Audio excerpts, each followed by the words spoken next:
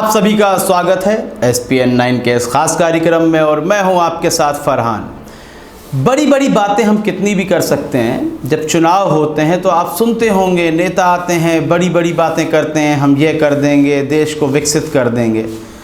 भाजपा की बात नहीं कर रहा हूँ, किसी भी चुनाव में कोई भी नेता हो बहुत बड़ी बड़ी बातें करता है और जब मुद्दा लोकसभा चुनावों का होता है तो पाकिस्तान, चीन का नाम ना आए, यह बात हो ही नहीं सकती। तो आपको याद होगा प्रधानमंत्री नरेंद्र मोदी कहा करते थे कि हम चीन को लाल आंखें दिखाएंगे। कांग्रेस ने हमेशा हमें पीछे की ओर किया है। कांग्रेस के पक्ष में नहीं बोल रहा हूँ, बल्कि प्रधानमंत्री नरेंद्र मोदी का वह बयान मुझे याद है जो सुनकर मुझे सबसे ज़्यादा खुशी हुई थी कि कम से कम हम चीन से आगे होंगे, एक ऐसे देश से आगे होंगे जो वीटो पावर रखता है, हम उसको भी पटकनी दे सकेंगे, ऐसा हमें लगता था। लेकिन मौजूदा समय में आप देख रहे हैं किस तरह लिपू लेख, काला पानी को लेकर नेपाल लगातार सेना बढ़ा रहा है। लद्दाख में जो वास्तविक सीमा है उसमें भी चीन ने कब्जा कर लिया है। 100 से ज़्यादा टेंट लगा दिए हैं, हज़ारों सिपाही तैनात कर दिए हैं, लड़ाकू विमान लगा दिए हैं, मानव निर्मित ड्रोन हेलीकॉप्टर लगा दिए हैं, बंकर बनाए जा रहे हैं। मतलब एक ऐसी परिस्थिति है जैसे विश्व युद्ध होने वाला हो, एक बड़ा युद्ध छिड़ने वाला हो। चीन इतनी स्पीड में, इतनी तेज़ी में काम कर रहा है। भारत भी अपनी सेना लगा रहा है, लेकिन चीन का विदेश मंत्रालय जिस तरह का बयान दे रहा है, जिस तरह के बयान आ रहे हैं विदेश मंत्रालय से, वह चिंताजनक हैं। हमें कोई बड़ा एक्शन लेना होगा, किसी तरह का हमें एक ऐसी सोच रखनी होगी कि यह युद्ध भी ना हो, यदि युद्ध हो भी तो हम पराजित ना हों। देश की अर्थव्यवस्था लगातार नीचे गिर रही है, उसको बचाने की भी कवायद करनी है हमें। तो इस वक्त चीन ने कहा है कि जो गलवान घाटी है वह चीन का हिस्सा है।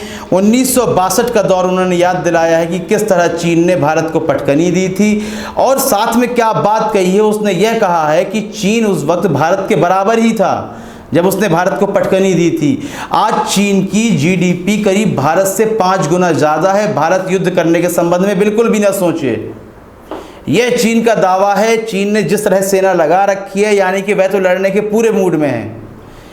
अब बारी हमारी है कि हम क्या करना चाहते हैं, लड़ना चाहते हैं या कदमों को पीछे खींचेंगे, क्या करेंगे आखिर हम, यह हमें सोचना है। जहाँ तक मुझे उम्मीद है लाल आँख दिखाने वाली बात वह तो दिखाई जाएगी, लेकिन वह लाल आँखें अब तक नहीं दिख रही मुझे। हम चीन से लकड़ी और लोहा लेने की बात करते थे कि हम उससे यह कर देंगे, वह कर देंगे। डोकलाम को लेकर हम लगातार चीन से कह रहे थे कि हम उसको बैक फुट पर भेज देंगे। बैक फुट पर तो छोड़िए, चीन फ्रंट फुट पर हमारी सीमा के अंदर आने लगता है। सेना तैनात कर दी है। हमारी सेना तैनात करने से कुछ नहीं होगा, बल्कि हमें यह सिद्ध करना होगा, यह प्रमाण देने होंगे कि हम चीन से लड़ेंगे और चीन को पटकनी भी देंगे। हम अभी नेपाल से ही समझौता करने में लगे हुए हैं। चीन, नेपाल, पाकिस्तान, 3 तरफा हमें घेरा जा रहा है, लेकिन डोनाल्ड ट्रंप जो कि मोदी के बचपन के दोस्त हैं, वह निकलकर सामने नहीं आ रहे हैं। भारत की किसी प्रकार की मदद नहीं कर रहे हैं।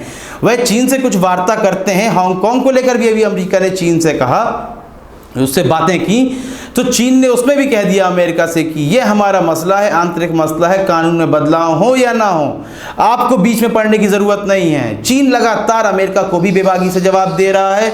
वहीं पर चीन यहाँ भारत को भी पटकनी देने के मूड में है।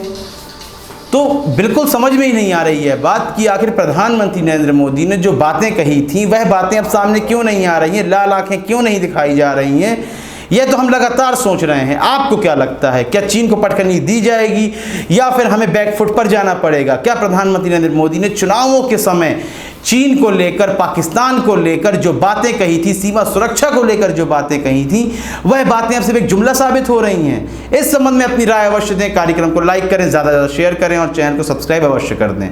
तब तक के लिए इजाज़त दीजिए, धन्यवाद।